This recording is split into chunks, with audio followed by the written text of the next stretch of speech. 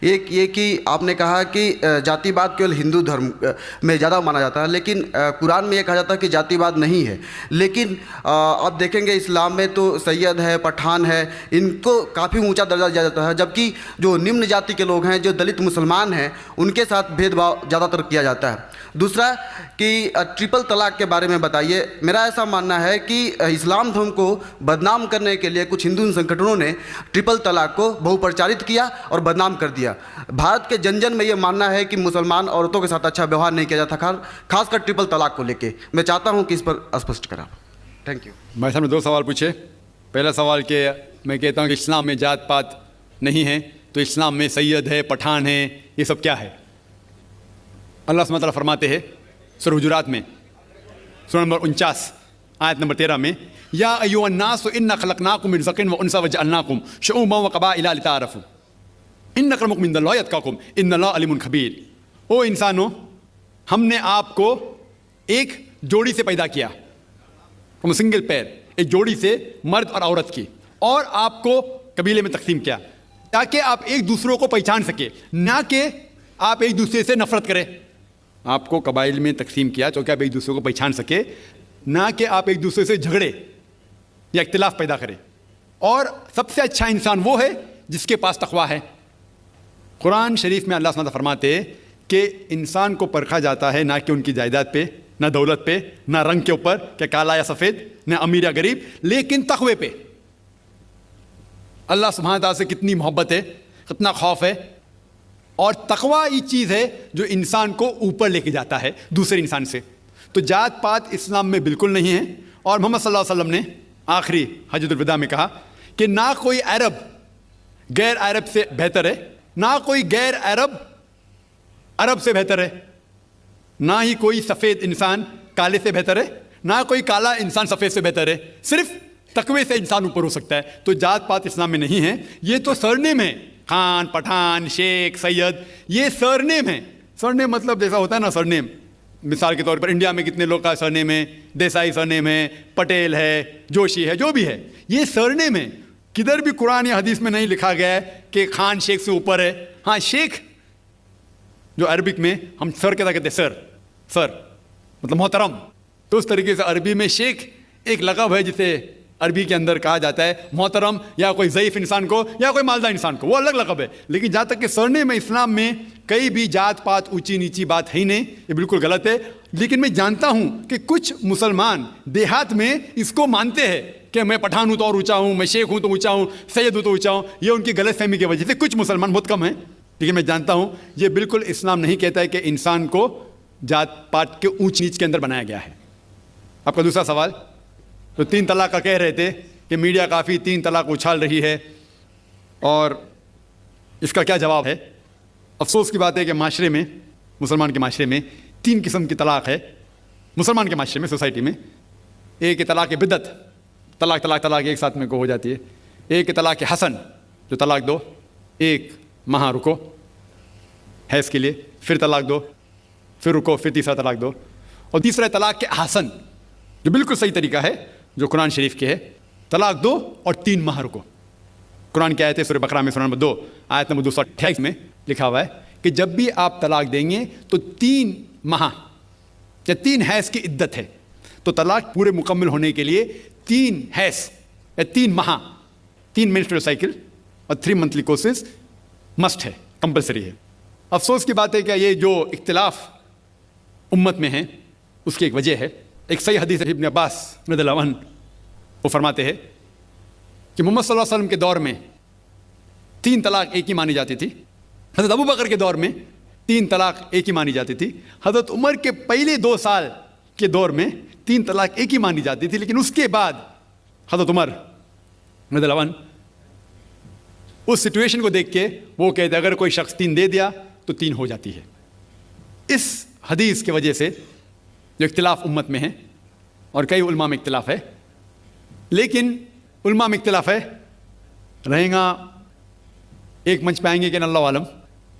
لیکن اگر آپ قرآن کی روشنی میں پڑھتے ہیں, قرآن میں طلاق کا ذکر کیا گیا ہے سورہ بقرہ میں سورہ نمبر 2 آیت نمبر 228 سے لے کے 240 تک, اور سورہ طلاق میں سورہ نمبر 65 آیت نمبر 1 سے 7.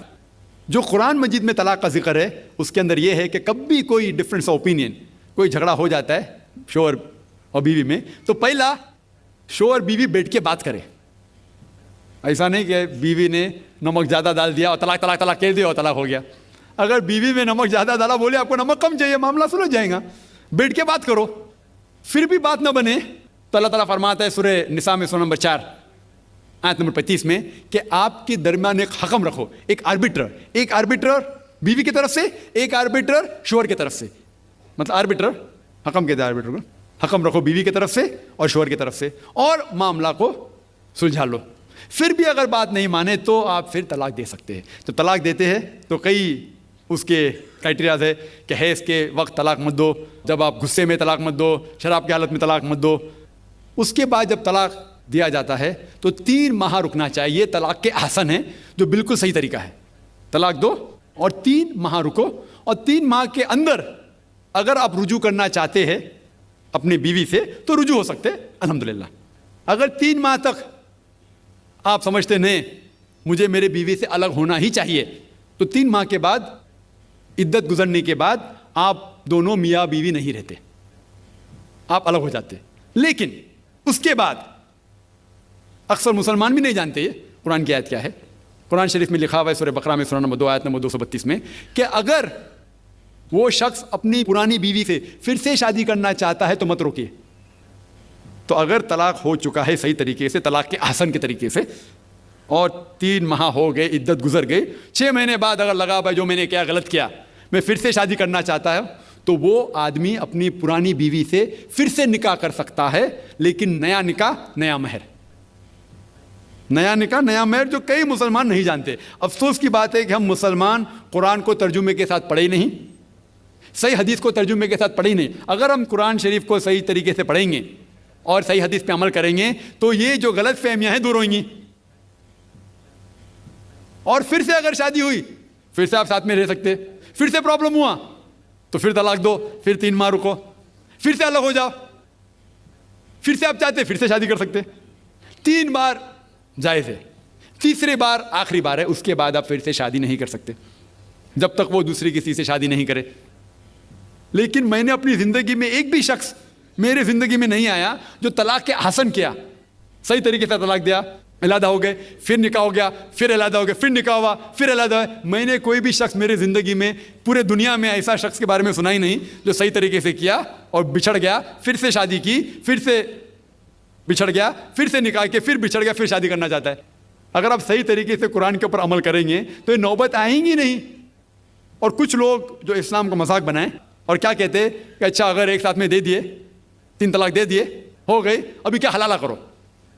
قرآن کہتا ہے 3 طلاق ایک ساتھ میں بھی دیں گے تو ایک ہی ہوتی ہے. محمد صلی اللہ علیہ وسلم کے وقت پہ 3 بھی ایک ساتھ میں دینا ایک ہی ہوتا تھا. حضرت ابو بکر کے ٹائم میں بھی 3 طلاق ایک ہی ہوتا تھا. حضرت عمر کے دور میں لوگ جو کہتے 3 طلاق 3 ہوتی ہے، کئی علماء کہتے ہیں کہ ان نے یہ اپنے فتوے پہ رجوع کیے اور انہیں افسوس تھا کہ یہ فتویٰ انہیں دیے. اور کئی لوگ کہتے ہیں نہیں ان کا فتویٰ صحیح تھا. اس میں امت کا اختلاف ہے. لیکن اگر قرآن کی روشنی میں دیکھیں گے تو 3 طلاق ایک ساتھ میں بھی دیں گے تو ایک ہی ہوتی ہے. حضرت عمر کے دور میں رضی اللہ عنہ انہوں نے کہا تھا کہ ہم اسے کہہ نہیں سکتے کیا وہ غلط ہے. لیکن علماء یہ کہتے ہیں، مثال طور پر ابن تیمیہ، شیخ ابن تیمیہ، وہ کہتے ہیں کہ یہ حضرت عمر میں اللہ بھی پلیز رضی اللہ عنہ، وہ محمد صلی اللہ علیہ وسلم نے جو کہا اس کے اوپر نہیں ہے، اسی لیے ہمیں بات ماننا چاہیے قرآن اور اللہ کے رسول کی. اس کے اندر حضرت عمر میں اللہ بھی پلیز رضی اللہ عنہ انہوں نے رجوع کیا. اسی لیے وہ کہتے کہ 3 طلاق بھی ہوئیں گی تو ایک ہی ہوتی ہے، 3 نہیں ہوتی. اس میں امت کا اختلاف اس لیے ہے کہ ہم نے قرآن پڑھے ہی نہیں. ہم اگر قرآن پڑھیں گے صحیح طریقے سے اور جانے، کئی لوگ یہ سمجھتے ہیں کہ طلاق کے لیے 3 بار بولنا ضروری ہے، اگر 3 بار نہیں کہیں گے طلاق ہوتی ہی نہیں. وہ ان کی نادانی ہے، وہ ان کی جہالت ہے. تو ہمیں کیا کرنا چاہیے؟ یہ میڈیا اچھال رہی ہے، ہم مسلمانوں کو یہ طلاق کا طریقہ جو صحیح طریقہ ہے طلاق کے احسن، اس کو عام کرنا چاہیے اور یہ کہنا چاہیے کس بنیاد پہ طلاق دی جا سکتی ہے، کب دی جا سکتی ہے، کیسے موقع پہ دی جا سکتی ہے، دینا چاہیے کہ نہیں.